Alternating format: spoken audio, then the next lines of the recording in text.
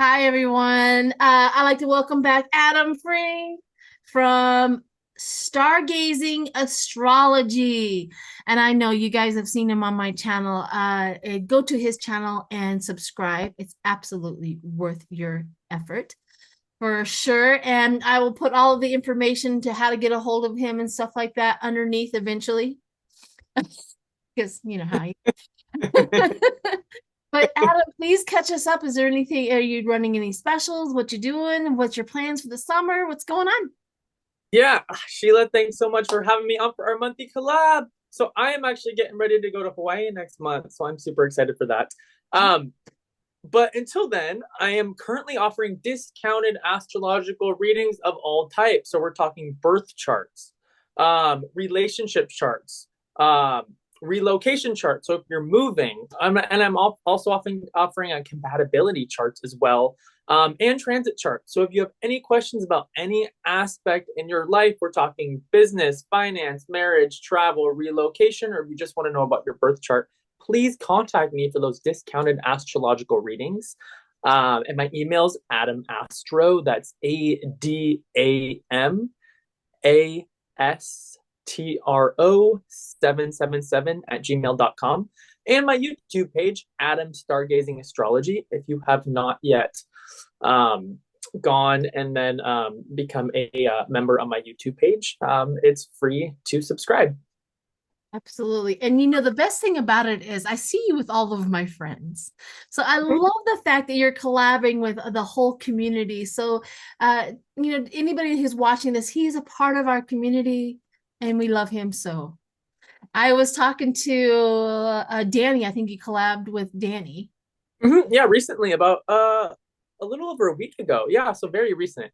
Yeah, and on the thing I was talking to him, I said, "Yeah, Danny." He goes, "Oh yeah, I just collabed with Adam." And I'm like, "Oh, he's so sweet." And he goes, "Well, I wouldn't say that." And I'm like, "Oh, he's like such a man." And like I would. He's so sweet. So the last time Danny and I had a video, we also talked about you. So, anyways, All all good, right. of course. Love, getting some love. I know.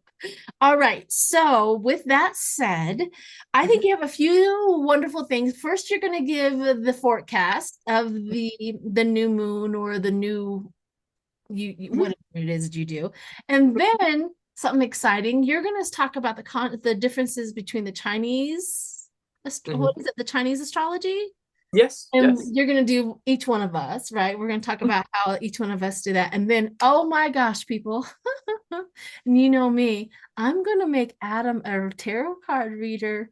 We're going to read with his cards and my cards on a question about the Supreme Court. So hang in there, everyone. For one purpose, I believe. They don't seem to be able to get the temperature up. It shouldn't be that complicated, but we have a freezing courthouse.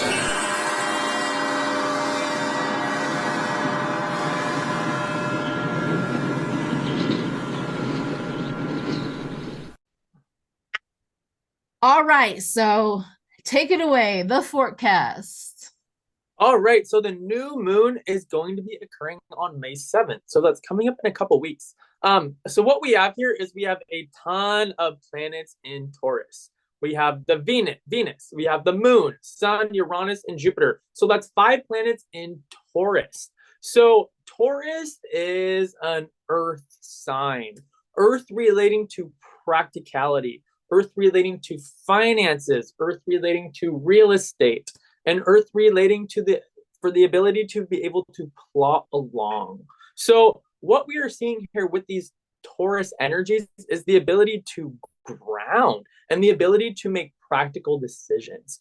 Taurus also rules the palate and it also rules nature. So things like gardening are wonderful now for these Taurian activities. Going out and enjoying your palate as far as things like fine dining, that also rules Taurus as well. So what we have here is we have Venus, which is the aspect of relationship. Venus and Taurus, very artistic, very creative, great time for any sort of creative type of art. The sun and the moon are conjoining that as well. what we have here, we have the planet Uranus in the mix too. So Uranus in Taurus throws a little bit of a quirk. And the reason why is because Taurus is all about stability and Uranus destabilizes things. So Uranus has been in Taurus now for a while. We see this in things like the stock and the crypto market where the finances have been really up and down. So my recommendation, if there are any finances that you currently have, just hold on to those. Right now is not a time to do a lot of trading with Uranus being all unstable. Uranus in Taurus also rules things like earth changes, things like earthquakes, maybe tidal waves, maybe floods, stuff like that. Uranus also rules new innovation and new technology. It's the great awakener that shakes us up out of our comfort zones.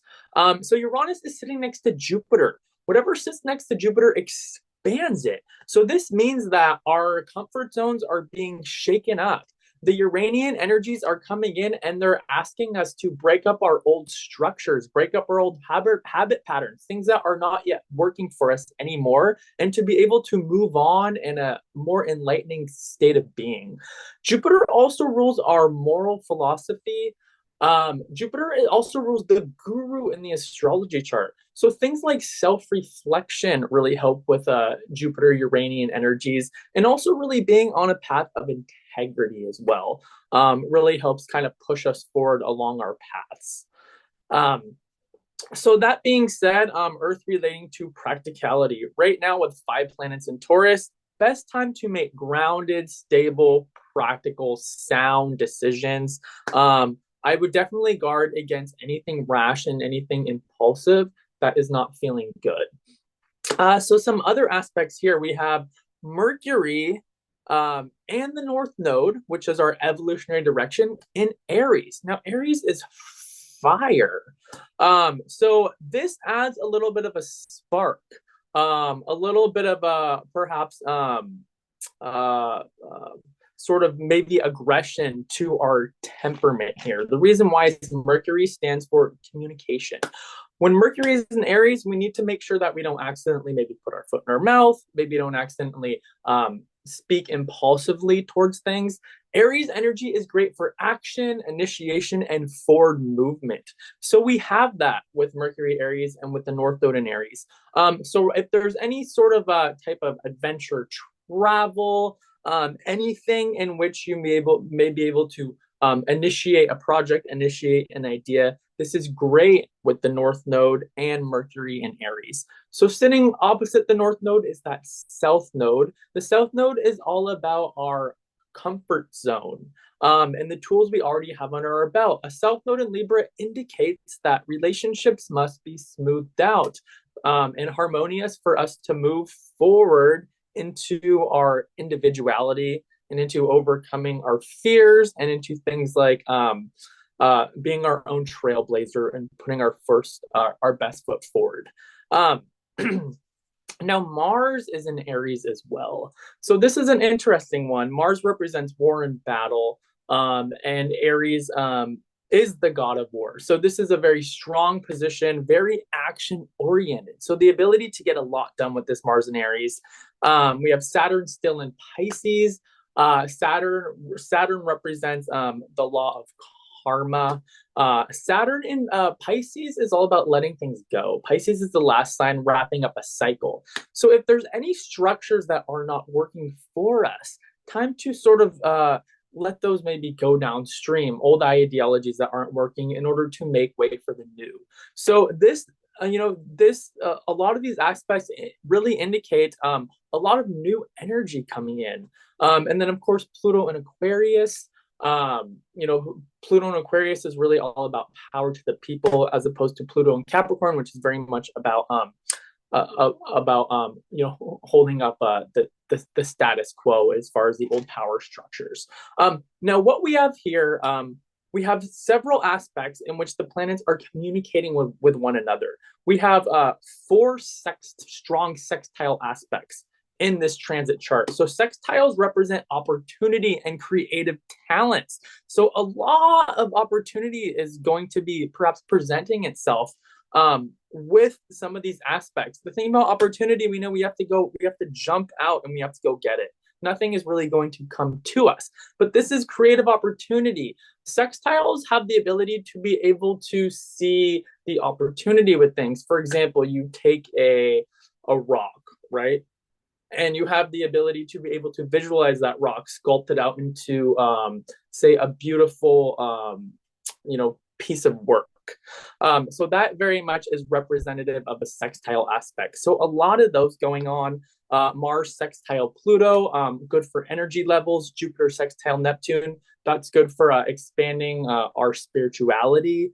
Neptune sextile Pluto can be very intuitive into collective motives. And Sun sextile Saturn, great for things like structure, focus, and discipline. Now there are a couple semi-square aspects.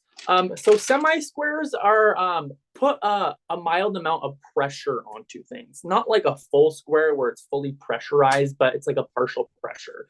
Pluto, Saturn, this aspect indicates a bit of pressure on the Plutonian energies. We still see things like power plays, and then Saturn, being the lord of karma. And then a Neptune moon aspect with a semi-square could perhaps bring up things like disillusionment, delusions, for individuals who aren't grounded. And then a North Node Uranus, that really is all about breaking out of the box, seeing things differently, but not getting too radical. And then the last aspect we have here is a Pluto trine aspect. So Pluto in a harmonious aspect, as represented by a trine, is really all about owning our personal power. So I want to end on that note, keynote, owning the personal power through that Pluto trine aspect.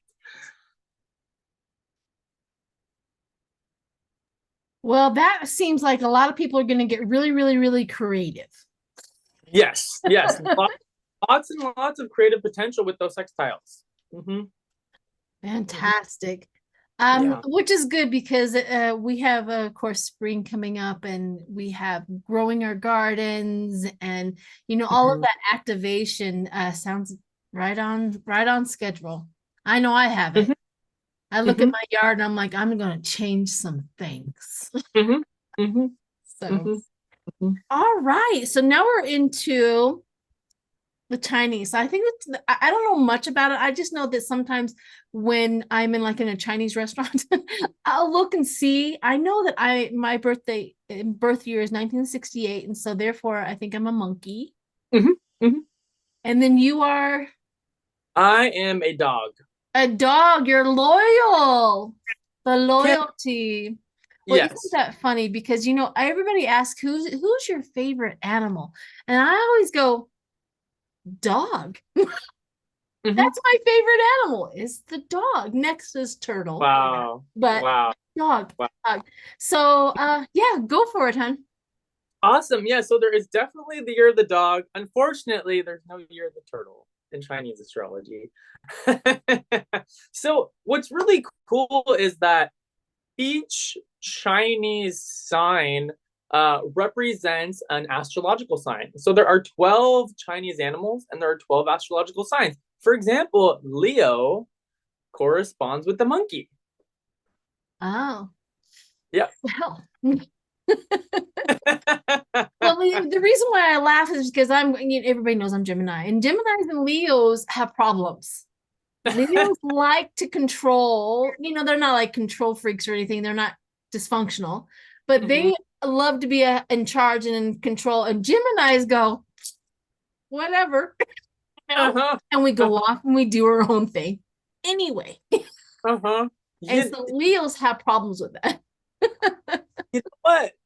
I totally agree with that. However, though, Leo and Gemini are actually what are considered a sextile aspect, which is an aspect of the potential for creative opportunity and collaboration. Oh. So on a good day, Leo and Gemini can actually be like best of friends. But on a bad day, Gemini is the evil twin and Leo is the domineering chauvinist. Right. I can have friends that are Leos, no problem.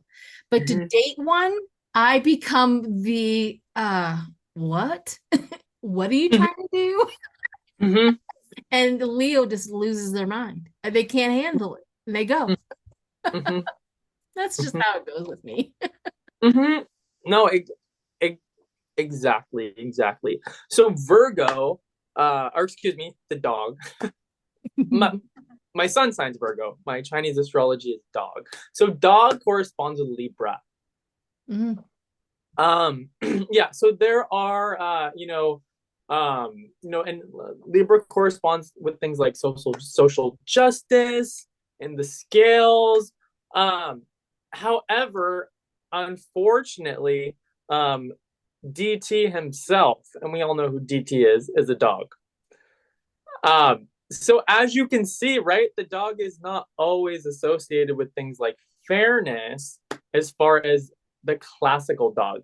Now, the reason why is we have to look a little further into this. So there are 5 elements and there are 12 signs. So for example, I was born in 1982, which is the element of water. So I'm a water dog. So every 60 years, the water dog will recycle itself around again. But in the meantime, every 12 years is still the dog, but a different element. Mm. So that's where you can sort of look in a little further because the element adds a real flavor to that sign. Gotcha. So it's so interesting. I know that like I said, every once in a while, and I'm looking at the Chinese stuff. I would love to have somebody efficient or for you to like really get into the Chinese astrology part so that you can kind of give both for anybody that you do. That would be awesome. Yeah, it is really interesting, and the overlap is like uncanny. So I'll give some examples. Okay. So the dragon, right? Uh-huh. The dragon is strong. It's proud, it's courageous. The dragon is associated with Aries. Oh, of course. You know, so okay, let's see here. The sheep? Bad. The sheep is associated with Cancer, Oh, yeah. Yeah. right? I can see Dog that. Yeah. or nurturing. Yeah. The rooster, you think of a rooster. The rooster is associated with Virgo. Virgo, really? Because I would think the rooster would be Leo. Oh, really? Oh, no, definitely the monkey Leo. I definitely think the monkey Leo. There you go. Yeah. Yeah. Oh, let's see here. The ox, Capricorn. Oh, yeah. The earthy energy, you think of an ox, just kind of keeps going, Or a climbing up the hill. Taurus. Or a Taurus. Yeah, Yeah. or Taurus. Yeah. Let's see, rabbit, Pisces. Oh, yeah, yeah. Mm-hmm. Curious enough, the snake is associated with Taurus. Isn't that fair? Well, see, I would consider the snake be associated with like a scorpion or, Uh-huh. or a Sagittarius. Yeah. Uh-huh. Uh-huh. The rat is Sagittarius. Okay. Yeah. I can kind of see that in the boar Scorpio. So there's a couple where it's like, okay. So, yeah. Almost Uh-huh. exact. But yeah. So Yeah. so you're the dog. So what are the aspects of so you're the dog? Aspects would be loyalty. What else is your qualities? Yeah. So the dog and its association with Libra. So we have social justice, equality, loyalty. Um, the dog is the animal which protects its surroundings, which protects its environment. So things like being protective. Um, the dog can definitely be dogmatic. The dog can be stubborn, and defensive on a bad day, but extremely loyal. So that makes a lot of sense for DT, Donald Trump, for him to be the dog because he has an emotional sickness for one. He has a mental illness and emotional sickness. There's no, I'm not a doctor, but anybody can see that this guy is not healthy minded, right? So he would take the aspects of that Chinese thing, and because he would give the loyalty, you have to be loyal to him. It's a selfishness. He brings the loyal to him. He would bring the stubbornness. He would bring the selfishness of a dog aspect for him. And he definitely there's a top and a bottom as always. But yeah, that makes a lot of sense now that he's the dog. And thank goodness you're not Donald Trump for one. You know what I mean? You're on No. the other side. So that's very interesting. So what is the monkey? So the monkey and its correspondence with Leo. So some of these qualities can be mimicry, playfulness. Um, the monkey can be things like trickery, but also things like entertainment go well with the monkey, and very so can be very social. And the monkey has the ability to be able to really amuse others and create amusement and laughter. Well, yeah, that sounds like me. I know that there's something that my children have been raised with, and it's just something to me. I like to scare people around the corner. I have been doing that all of my life. Uh-huh. And my children, if I see an opportunity with anybody, I don't care if I'm in a store or not, I can walk like boo. I love to scare people around the corner. Mhm. And with my children, they have been raised for it for so long. My son just told me, he goes, because you did that, mom, I am not anxious out in the world. I don't overreact to things. He just, people don't scare him. He's not like jittery or jumpy.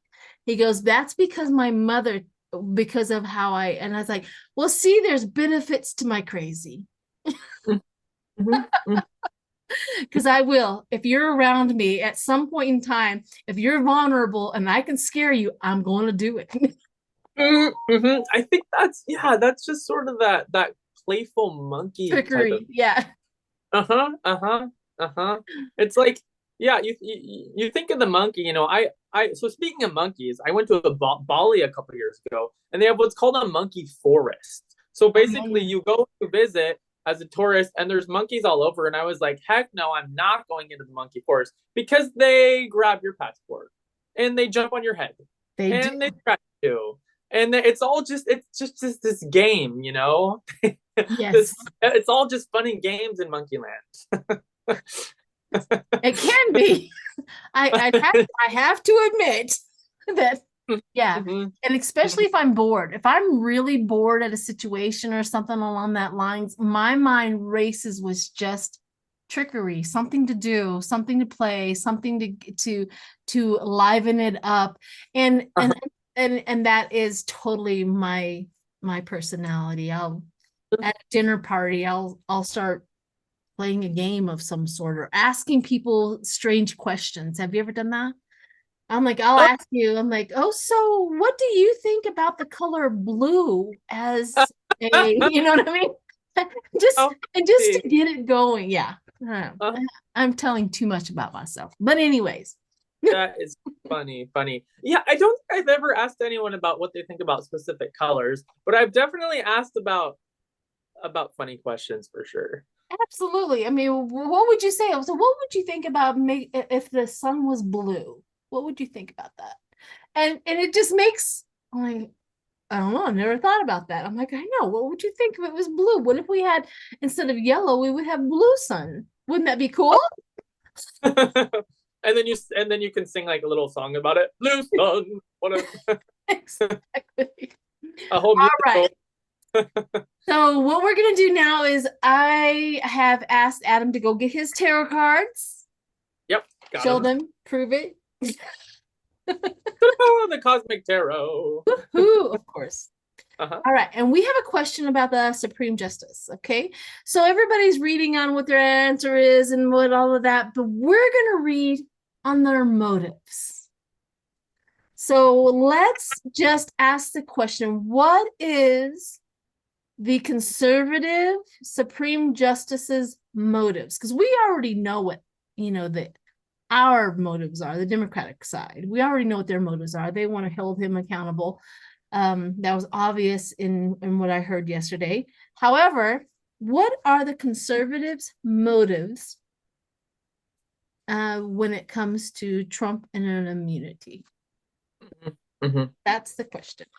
All right. Whenever you have your cards laid down, go for it. Okay. Um, so this is interesting. The first card I actually picked is the Magician. Yeah, so what do we have here? Action, create a manifestation, power, obviously, right? Yeah. Power play, self-confidence, clarity, willpower, skill, and creativity. So what I just automatically read out of this is what comes to my mind first is the word power. This is basically one of the only things that they may potentially think that they have left.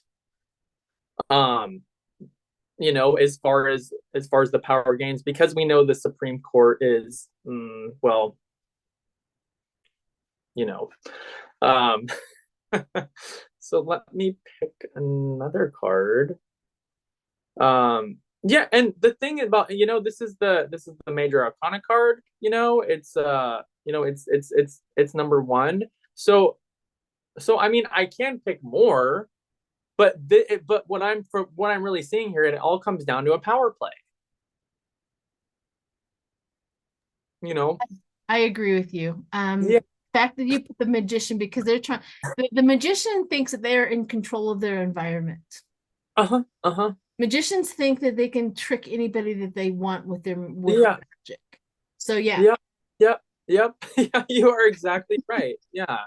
Yeah. So I have the Six of Cups, and that Uh-huh. is the past returning. This is also goodwill. They're trying to support their, but the denial comes with it. And I'm kind of curious if they think that they're like in control of Trump's life. Can you hear that? My grandson's on his thing. I try to keep him quiet, but anyways, so denial of the kindness. And I found that really, really interesting. The denial of the kindness that he's going to have, the Six of Cups or the charity. They're going to deny him charity. They're going to, it's almost like they're playing God with Trump. Does that make sense? Or the whole party. It's almost like they go back to their chambers and they feel that, like you said, the power, the magician, the power to manipulate a Republican party or the country or whatever. They really have that. It's the roller coaster of their power. We're in it. That's exactly how this country feels, is that roller coaster of power. So what do you get for your second card? Mhm. Oh, interesting. I get the Eight of Pentacles. So we have diligence, passion, hard work, high standards, mastery, apprenticeship, talent, skill development, and positive potential. So it's like they're sort of kind of reaching out, kind of in hopes with diligence, you know, and passion, what that they're going to be able to trick people. Um, yeah, I mean, they're obviously putting a lot of hard work into this, a lot of thought and a lot of effort, um, and into their power plays here. Um, and on some level, it is skill development for them, but but of course with the the back to the power plays. Yep. Mm-hmm. Absolutely. And I can see that they have been working for this for years. They have been putting people in place. They have been doing the hard work for years. I mean, the moment they realized that Barack Obama, who was our first Black president, was getting into power, they lost it. They're like, we cannot give up our white power Mm-hmm. to this to this country. We have to Yeah, take that. And yeah. Another thing as well is the number 8 corresponds with Scorpio. In eight, the eighth house, 8 in the astrology chart is all about death and rebirth, about stripping things away. So this is a very transformative, very intense number in which there are things that are going to be stripped away and are going to be revealed. Mhm. This is the 8 is like the detective, stripping things away, digging things up. I agree. I also got the sun, the highlight. I mean, they are in the hot spot. They are in the hot seat. They are. right? With the sun. They're absolutely there. Now, sun usually means success, but I think they have legal problems with their what they're trying of the success. The court papers filed. They're not getting as far as they wanted. They thought that this was going to be easy. They Yeah, really they did. did. Yep. That, Yep. that everybody was going to be on board, and there's enough white people in this country. Everybody's going to go, oh, absolutely, thank you. And they're Mhm. coming across, they're realizing that the success and the sun and the success of that is not coming any easier. What have you got for your third card? Ooh, the Ace of Cups reversed. So here's where the reality sets in: emotional loss, block creativity, emptiness, self love, intuition, repressed emotions. Okay, so this very much relates to this card as far as things getting stripped away, right? Things get stripped away, things get revealed, and then boom, you have hit a wall. You've gone as far as you can, right? Before should we say things get revealed, before the truth gets revealed. Emptiness, block creativity. It's like the first one, the magician, they can only go so far until they hit this. And then this reverse, the ace, you think of the ace, the ace of cups right side up, it's like you hit the ace. When it's reversed, it's like the complete opposite. So this basically, it's like the wall has been hit. 100%. That card couldn't have come perfectly for my next cards, because the Ace of Cups on the other side is filling up the cup, getting all the good stuff in. They just, the abundance. When it's that, everything that they're doing is falling out and falling to the floor. I have the Queen of Swords. The Queen of Swords is a really nice card if you like perspective, intelligence, and all of that. But it also talks about the bitter cover up and their perspective and what they have been trying to do, and their intelligence is poison the Mhm. toxic, the unhealthy behavior of people. And with the sun coming up behind that, the legal paperwork, the legal thing about it is that they're being exposed on an epic scale of all that. So what is your fourth part? Fourth and final. Oh, the devil. All right, so here we Oh, go. I'm shocked. Yeah. Okay, what is so interesting? And so the devil relates to Capricorn. So Pluto has been in Capricorn. Pluto has just gone into Aquarius. Pluto is going to revert back into Capricorn in a retrograde motion in September. So expect the shenanigans not to be over. Expect September to be a month in which the devil is very active. Um, but just you wait, this year there's a lot of working out of the shenanigans. So this is materialism. This represents Pluto and Capricorn, which is going out the window. Basically this card really sums up that they are trying to hold on to these old structures and the old ways of being that are outdated. I've been saying that for quite some time. Their playbook is from the past. It is. And it's not It, working anymore. no, it's not. It's so not. It is not, just like their trickery of trying to put Herschel Walker for Georgia, because they're thinking, and their racist BS says Black people will always vote for an athlete. Or, Herschel Walker represented something, of whatever and that was from a playbook back in the 50s.